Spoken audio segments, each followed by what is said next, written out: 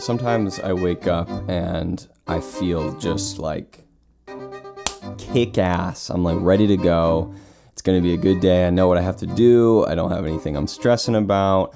I've got energy. I'm just ready. And then other times you wake up and you're just like over it immediately. Like you haven't even gotten over the grogginess and the whatever and the, hating mornings, and you're just done. Maybe you're sad, maybe you're like a little angry, just like dissatisfied. There's a lot of negative feelings going on. And that's probably because you just woke up from an infinite domain with limitless possibilities where you can live however and do whatever you want.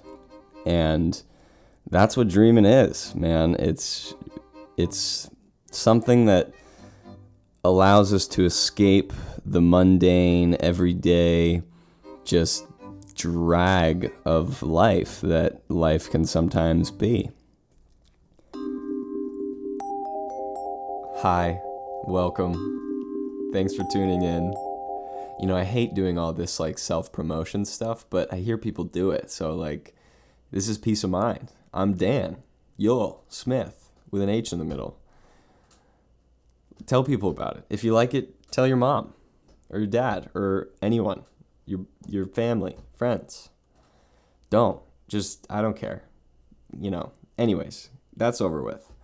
Fun fact, your body, in all of its glory and wonder, contains the largest library in the known universe. What does that mean? What? Books in my body? No. Your adaptive immune system, which is responsible for protecting you from biological threats each and every day. Every time you open up a cut, sneeze on someone, inhale germs, whatever it is, your adaptive immune system is pouncing on those invaders. It has an entry for every current, past, and future enemy that your body could face. Even things that haven't even evolved yet, even things that could come from outer space. Your adaptive immune system contains the tools and information to fight those diseases. Every single disease ever that will be can be fought by your body. The only distinction is whether it has enough time to do it. A lot of times the body dies off before that adaptive immune system can put in all the work, do all the research. Research does take time. It's not an instant fix, but it's there. The potential is there. So we're literally built to fend off any that's crazy, right? That's why most diseases that you get can only manifest themselves once in your body, because after that first time, those librarians are ready. They have that shit in the locked and loaded folder, ready to fire off if this thing ever tries to come back. It's like, we had you once before. You are not coming back here, right? That's your immune system. And what's interesting about it is it develops and then decreases. So around midlife is when it's at its strongest, but then when you get older and when you're younger, it's a little weaker. So that's why diseases strike a little harder at those times. But yeah, I just wanted to share that because, sometimes we think, oh, my body hates me. I suck. I have IBS. Nothing agrees with me. Dude, your adaptive immune system thinks that you're awesome enough to literally know everything about every biological threat in the known universe. So chew on that, right? Chew on that. Okay, so that being said, I'm going to talk about dreaming, sort of.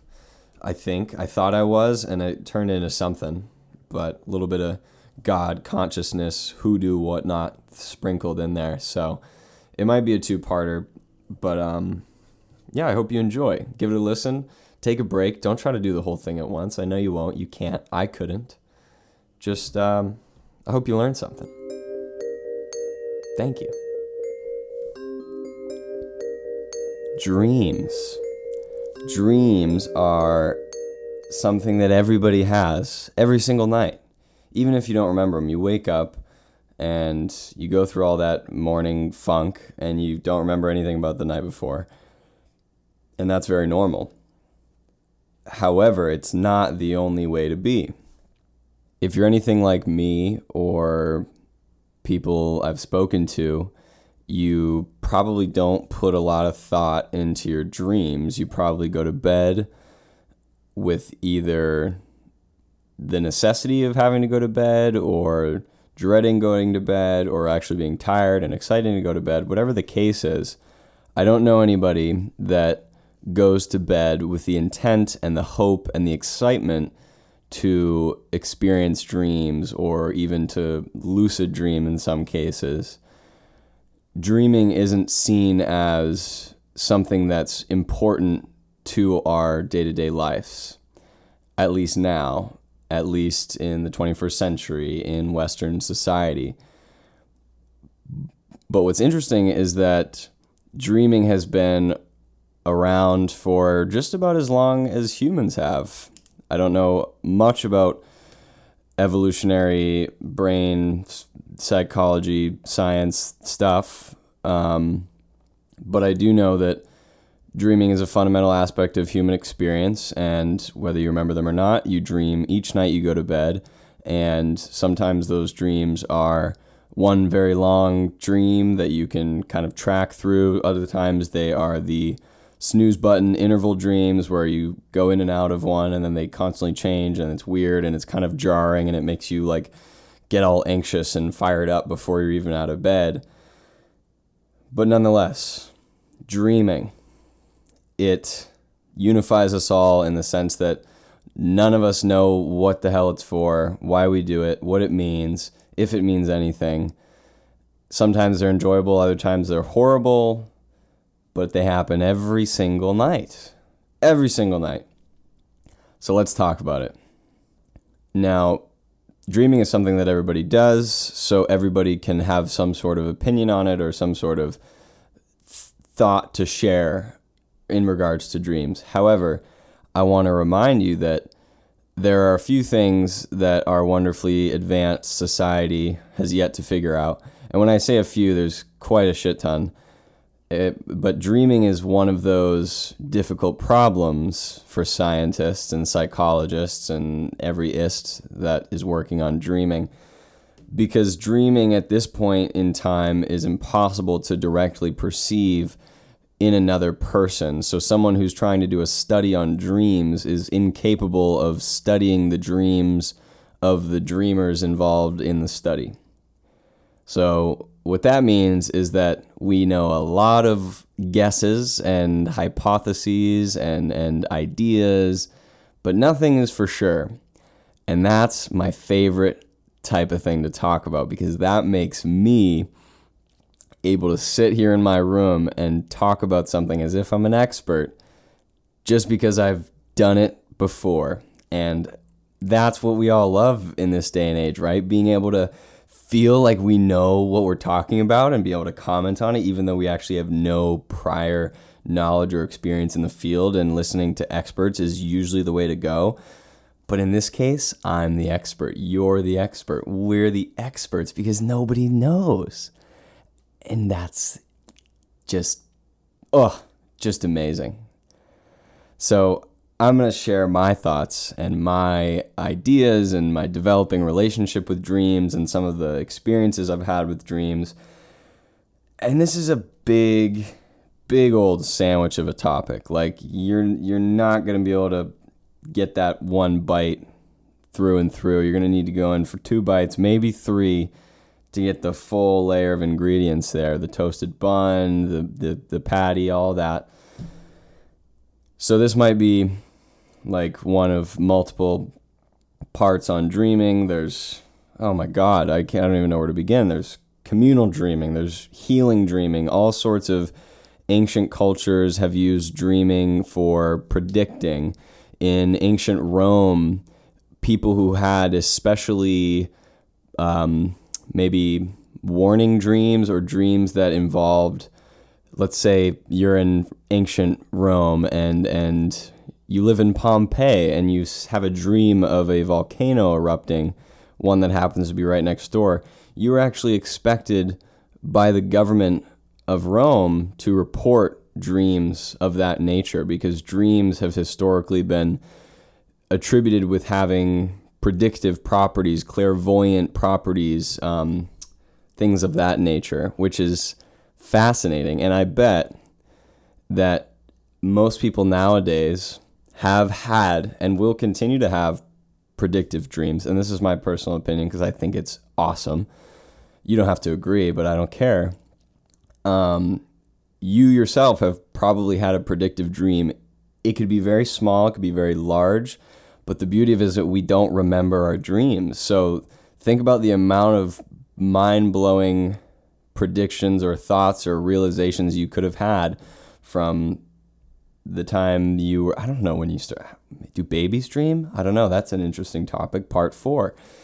But from the time you've started dreaming and being able to wake up and understand what a dream is until now, you've had just scores and scores of dreams, and you'll never remember them. You don't have access to them anymore, which is kind of sad, but it's not too much different from your actual memory, which is fleeting and unreliable. And honestly, I bet there are some things that you remember as a child and that I remember as a child that I feel like I have a solid grasp on, but it's been proven that memories are subject to change based on your interpretation. So what I'm getting at here is, what's the difference between a foggy dream you can't really remember and an actual memory that you have stored in your brain? I don't know, but it's pretty crazy. So yeah, what was I talking about? I don't remember, but we're going to get into dreams eventually. I promise. There's going to be a lot of build up, I bet, but we're going to get into it. And getting into it involves talking about a very important underlying factor in this conversation, which is consciousness, right? Right now, you're conscious. You are a conscious being. Let's compare ourselves to a rock. A rock is on this earth, and it sometimes serves purposes, but it's not conscious. We know that. We're pretty damn sure, I think. Look at your cat or your dog or whatever lovely pet you have. They have some inklings of consciousness. Like, you can look into their eyes and you can see their eyes looking back at you, and you can maybe feel their touch, and they can share a touch with you, and there's affection there, or maybe some sort of, companionship. And us conscious people feel that, and we're like, oh, that's pretty nice. I like connecting with other things that are also like me, conscious, right? You could enjoy a book, but you're not going to become like emotionally connected to the pages and like feel it and be like, oh yeah, like you and I are, we're cool. No. So consciousness lies at the root of the dream discussion. And the main distinction is that right now I am experiencing waking consciousness. There are lots of different forms of consciousness. Being drunk, being on drugs, psychedelics, meditation has been proven to be a different form of consciousness. Deep relaxation, all these different things that people have done throughout history to achieve different forms of consciousness. Animals do it too. Animals get drunk. Animals get high on purpose. I'm pretty sure dolphins stab their noses on blowfish on purpose, or pufferfish, whatever those spiky things are, because it gives them like a psychedelic trip. So consciousness and playing with consciousness seems to be a fundamental trait of being. That was a lot of consciousnesses. I confused myself there, so I apologize. But what I'm getting at here is that we don't know jack shit about why we're conscious. We know that we are, and we know that other things are, but there's all sorts of aspects of consciousness that cannot be replicated, that we cannot figure out. And dreaming is one of those things. So right now I'm awake and I'm conscious. I can read, I can write, I can do all these things that require logic and rationalization and such. When I'm dreaming, what's being engaged is my subconscious. The subconscious is always there. It's always active, but it's not necessarily working in the foreground when you are awake. And then when you go to sleep, which I don't remember the statistic, but I'm pretty sure you spend a third of your life sleeping if you do everything right. Excuse me. So your waking conscious and your subconscious take turns being the managers of you and your body. And there's an interesting sense of separation that at least I myself assume, and I bet other people do, a sense of separation between you right now, awake, and you when you're asleep, dreaming. You're dreaming and you're in it. You're in the thick of it. You're getting chased by a dog with your mother's head, but it's backwards, and it's holding two sticks that are also on fire and that are also snakes. And all of that makes sense in the moment. But me saying it right now, it sounds crazy, and you can't even imagine having experienced that. But when you're dreaming, it's a very vivid, raw, surreal experience. So there's almost a divider between the two states of consciousness where your waking conscious cannot understand what the hell your subconscious is doing. You're like, dude, that makes no sense. And then your subconscious, when you're dreaming, imagine being in the midst of a dream. Maybe, let's say it's a really, really good one. You're at utter bliss. You're in your favorite place doing your favorite thing, whatever that may be. And then you're like, oh, I forgot to pay my taxes. No, that wouldn't happen. That just wouldn't happen. Your subconscious is incapable of dealing with those things in such a literal sense. Like, oh man, I didn't do that, or I didn't respond to this, or I didn't call my mom this week or something. Just whatever it may be. There's a divider in what those two parts of you handle. And what I've learned personally, and this is an ongoing thing that where I'm like, I see it and I'm like, that's cool, but I haven't like realized it and like applied it to my life. And what that is that those two aspects of you, asleep you, dreaming you, and awake you, are both working towards the same goal of bettering your life, bettering your survival, bettering your relationships, bettering your relationship with yourself. And they're both doing it in their own unique way. And the funny thing about the waking conscious is that it's got a big, big obstacle in its way when it comes to doing what's best for you, right? And that obstacle is your ego. The obstacle is the person who resides in the body and that says, I look ugly today. I don't want to go to school. I don't want to do my homework. I'm socially anxious. I'm this and that. I'm all these things. Our ego, that is to say, the thing that we identify with, right? When I look in the mirror right now, I see my face, I can see my hair, I can see my blemishes and the way my glasses make my eyes look distorted from certain angles, and I'm like, ooh, that's not pleasant to look at.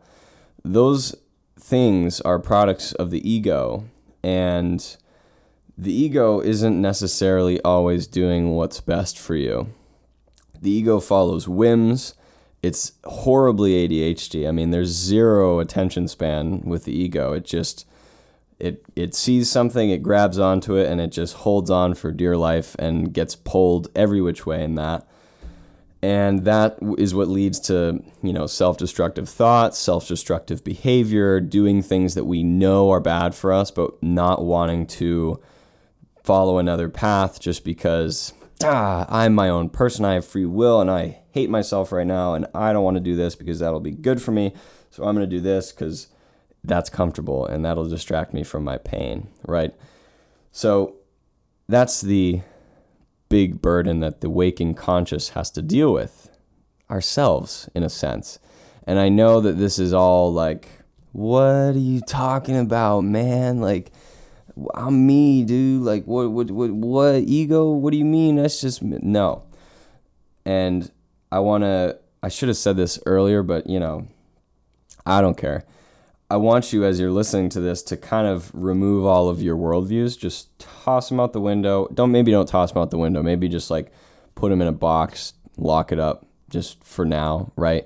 Because you might not it doesn't really matter. Me personally, my ego wants what I'm saying to be understood and to resonate to some extent.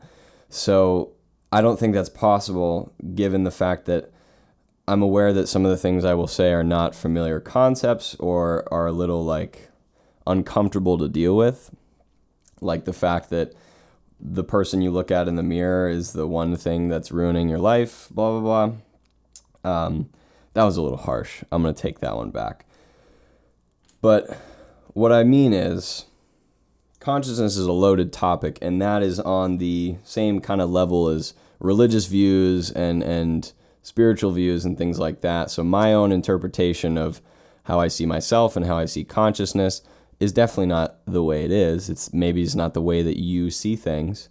But I think that sometimes I talk to people about these things and I feel like it can't go anywhere because maybe they haven't thought about it at all or totally disagree and whatnot. So I want to encourage you to be open-minded, to maybe just for like, if you're going to listen to this, just so that you can get something out of it. Because otherwise, like when I listen back to this, I always like try to see, am I making sense? Is this consumable to a person who maybe has never, dealt with this subject matter before?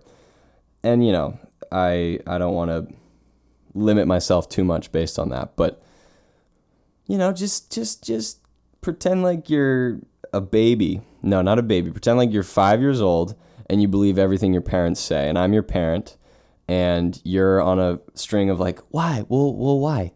Oh, we dream? Well, why do we dream?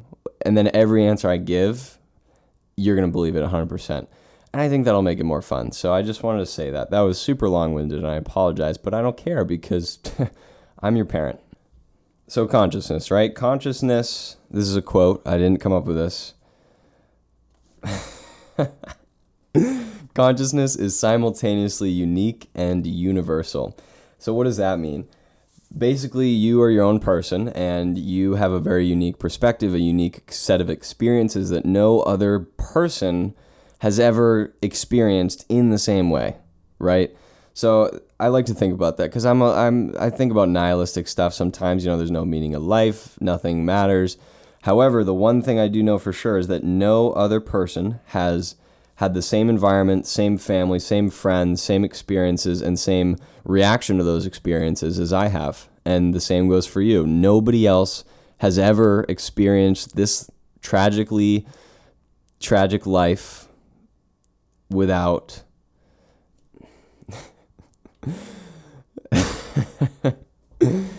you're utterly unique. That's what I'm trying to say. But at the same time, you are not unique because your uniqueness is made possible through something that everybody shares, which is also really nice. So you're both perfectly unique in that nobody else can understand the world in the way that you do.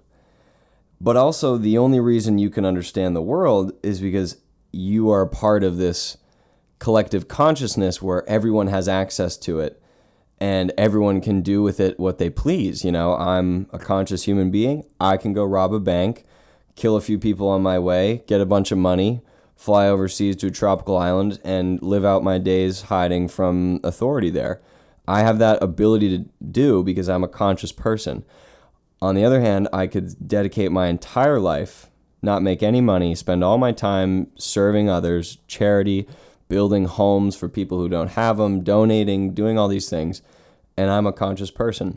And I could do that because I was conscious. And when you multiply that by billions and billions of people, you get all sorts of big pockets of people who use their consciousness similarly. You get along with people who have a similar spark as you and their fire burns the same color as you. I'm losing myself in the metaphors here. But collective conscious, it's a common idea. It's not something a lot of people necessarily agree with. For me, I was raised religiously. I was raised in the Christian faith, non-denominational Christian. I was taught to fear God and to fear God's wrath, but also to love him unconditionally because he is the sole determination of how good or badly my life plays out. And at the same time, I was supposed to fear God. I was supposed to love his son that he had and then killed for my sake, which, if you ask me, that would be pretty scary. I wouldn't want to mess with someone who'd kill his own son for a stranger. And I apologize if that's disrespectful, but I can say it because I went through it and I didn't choose to. However, the point of me saying that is that I have never known life as a grown person without some sort of higher power being a part of it. And that certainly contributes to my current worldview, which is not religious in any way. It's spiritual, man. Spiritual vibes and like good vibes and like positive energy and like karma, dude. Like, you know, that. But it's more powerful in my mind now. Like, I've never been so at disagreement. I phrase that horribly. I've never disagreed more with the establishment of religion than I do now. But I have never felt certain that a God is real than I do now. And maybe that makes sense to you, maybe it doesn't. But to me, God is no longer a person, or God is no longer emulative of a person. He doesn't have jealousy and wrath and all these very human characteristics. Because if God created everything, why the hell would he decide to look like an old dude with white hair? I mean, that's what we decided he looks like, but still. People like sign on to that and they're like, yeah, the big man upstairs. It's like, all right, I don't know why I'm talking about this, but I can't stop myself, okay? It just happens, right? But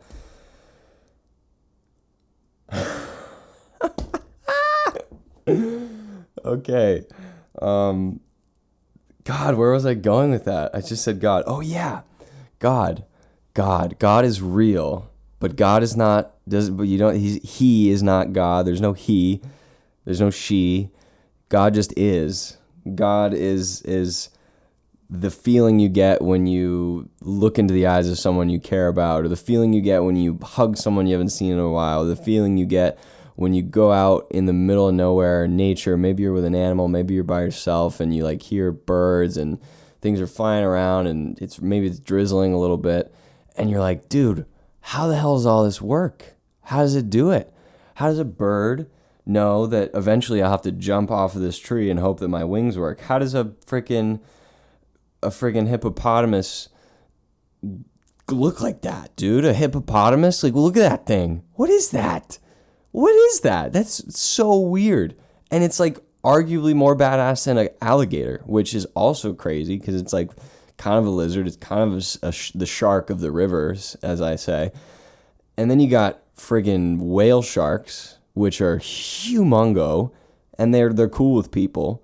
But don't mess around with a regular shark because they're not cool with people. And just the sheer vastness of nature is so goddamn unbelievable, man. And if you think that it all just, just happened, that's cool. But it didn't just happen because something made it happen. And that something doesn't have to be an MCU character who is going to, show up one day and then superheroes are going to have to save us from him. No, like there's no body of God. God is just pervasive everywhere, right? And it informs love. Like, why do we love things? Why is love a motivating factor? And it's separate from lust. It's separate from reproduction. We want to love and we want to be loved. And the things we do are either a result of having a lot of love or not having enough. And people lash out when they don't get love. They lash out when their basic needs aren't met. And then when people are affluent, then they get the chance to give to others and to share. And you share. It's just crazy, dude. It's like, why do we do that? Why do we do all these things? We are on a big spinning rock and nothing matters. Literally nothing. You can pray to God as much as you want, but you're not going to go on some elevator of light like an alien abduction up to heaven where the world is somehow better. No, heaven is here everywhere, and the way you can access it is by shedding yourself of all these horrible, I'm being a little aggressive now, but basically religion is a long generation of people being told what to do by the person before them and then saying, yeah, this is cool, and then telling the next person that this is how they should do it too. And so you lose like any sort of wonder and essence and appreciation for the world around you and the people and the uniqueness of people. Instead, you're like, you don't fit into this box that God told me to build and trap myself in and trap my family in and make my kids feel like they can't express themselves because it doesn't align with what Jesus said in the Bible. even though Jesus said, love everyone unconditionally as if you're yourself. So there's just all these things that people attribute to God, and people have horrible, people will say, I hate religion, I hate Christianity, I hate this and that. I don't. Let me make that clear. I don't. I see a very huge value in religion, and I think that it's easy to say that religion is also a fundamental human trait. Like, there's no such thing as humanity without dreaming up some higher power, because we're beings with no conceivable purpose, so it's completely natural for us to try to create one, and that is what it is to be conscious. And I still haven't talked about dreaming, but I think this is important. I think this is an important warm up to say an important warm up, because from the way I view dreaming, all of this stuff, it's informed by all of this stuff that I just said, right? Whether it made sense or not, whether you're told, I forgot this was an episode about dreaming, I will be honest. I was like, wait, why am I talking about religion? But all these things informed my current understanding of dreaming, all right? That's it. I closed the book. I remembered where I was going with this. And the reason I said all that is because when I make these podcasts and when I talk to myself for an hour and a half, I am really, really worried, and it shouldn't be a worry, but it is. I'm worried that I won't be able to communicate how much something amazes me without giving the same kind of background that informs my opinion on it. So I could sit here and I could say, yeah, dreaming is really cool because, you can live infinite lifetimes, and maybe not, but you're inhabiting a space with absolutely zero rules, which is something that's even hard to consider right now as I'm sitting awake, because I have to abide by gravity and I have to abide by the law of the geographical region that I live in and all these rules. And I can only say so many bad things to my family before they would disown me. But when you're dreaming, there's literally no such thing as social norms, religious, cultural values. They certainly inform your dreams, but there is such a liberating aspect of dreams that is so profound, and it's so pervasive in all of our lives. We all have access to it and we all experience it every single night. But as I talk, I'm making myself giddy, and it's we don't appreciate it for what it is. And I do have a theory as to why that is, and I will get to that eventually, I hope, if I don't forget. But dreaming as a concept is just, in my opinion, so overlooked.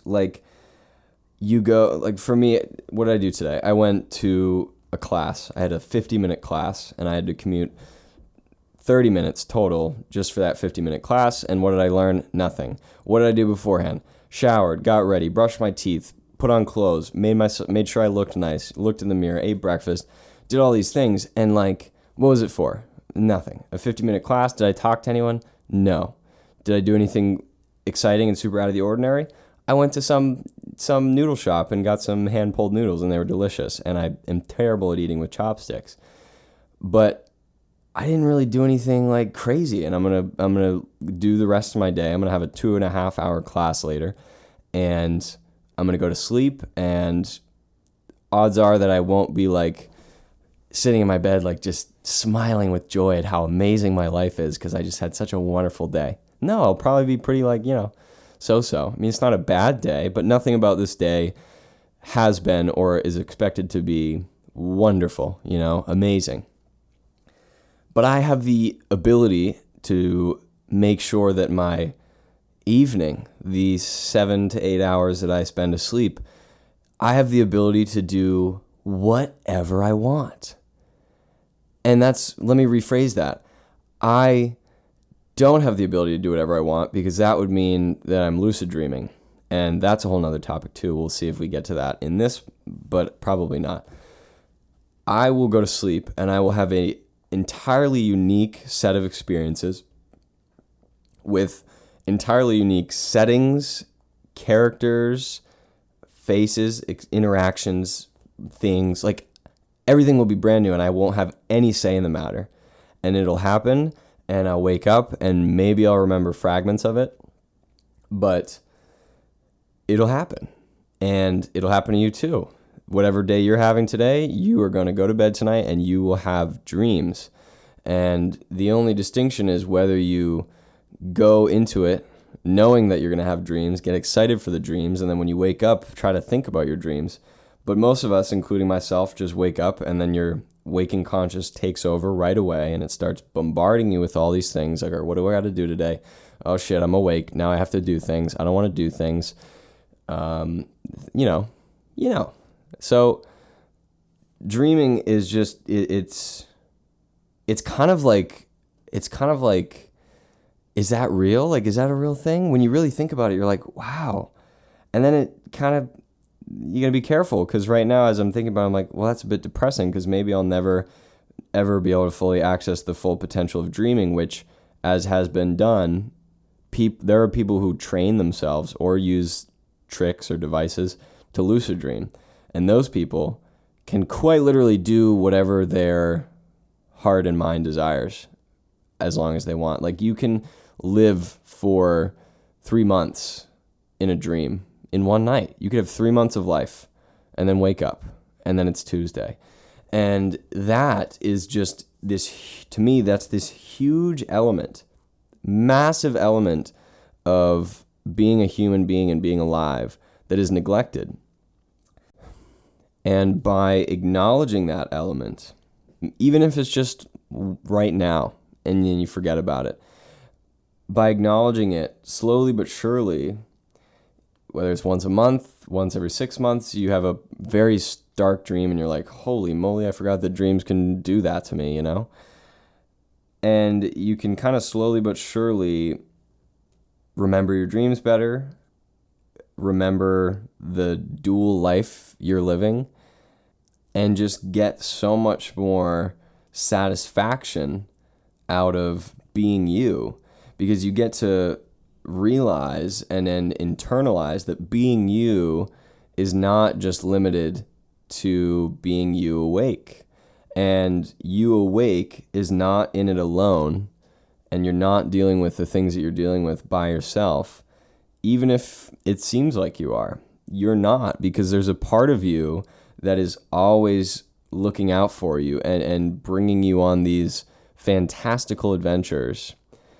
And I think a simple way to access that more often and more fully is to just be aware of it and to pay a little bit more attention to it. Because if the status quo is dreading going to sleep because it's boring and then dreading waking up because it's too hard, then there's a big gap in that 8, however many hours of life that you're missing and that you don't have to be missing. So that's why I talked about God and religion and consciousness, because there's a lot of big what ifs, hows, and questions about our daily life. What did I just describe? This whole episode so far has been me talking about the 6 to 9 hours, hopefully, that you spend asleep every night, every single night.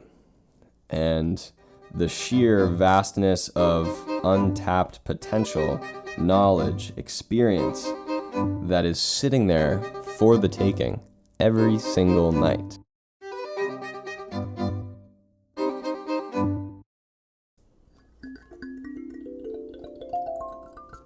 Hey, it's the post-edit version of myself.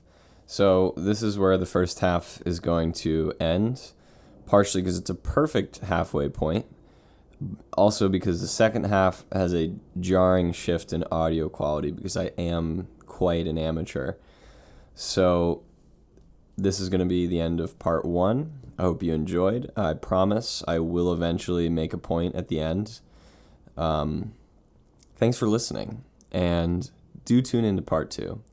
You won't want to miss it. That's where the good stuff is. That's where it gets a little spicy. I promise. Thank you.